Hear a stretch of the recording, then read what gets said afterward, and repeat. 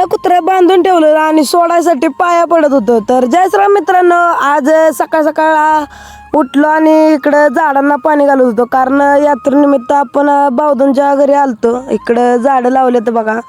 त्यानंतर तेवढ्यात सौरभ भाऊ आला, त्याची गाडी घेऊन ज्योत आणायला गेला होता. तेवढ्यात मागणं ज्योत पण आली, सगळी माणसं येत होती ज्योत बरोबर नाचत नाचत. त्यानंतर तिथनं वाडीला चालत चालत जायचं होतं, कारण गाडी वाडीला होती, येताना गाडी वगैरे आणायची होती.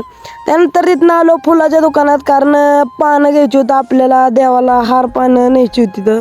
तिथनं परत वाडीला यायचं होतं, कारण गुरांना खाया पाणी वगैरे सगळं करायचं होतं. तिथं आल्यानंतर गुरांना पाणी पाजून खायला टाकलं आणि ते आपली निवांत उन्हातानाची खात होती. त्यानंतर थोडीशी शेरडं सोडली तर आणि चारली वगैरे, चारून वगैरे माघारी आलो आणि सगळ्यांना रतीब वगैरे सगळं शेडमधलं. त्यानंतर एक कोकरं घेतलं आणि डायरेक्ट आलो बावधनला घेऊन, कारण त्या कोकऱ्यावर आपल्याला यात्रा करायची होती.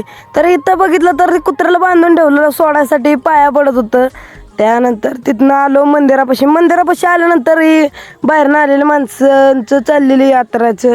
तिथं मंदिरात डोल वाजवून आरती करायची चाललेली. डपडबा किती स्पीडनं वाजवतात जोरात. त्यानंतर दर्शन वगैरे घेतलं. दर्शनाला बी बरीच गर्दी होती, माणसं बाहेरनं आली होती दर्शन वगैरे घ्यायला.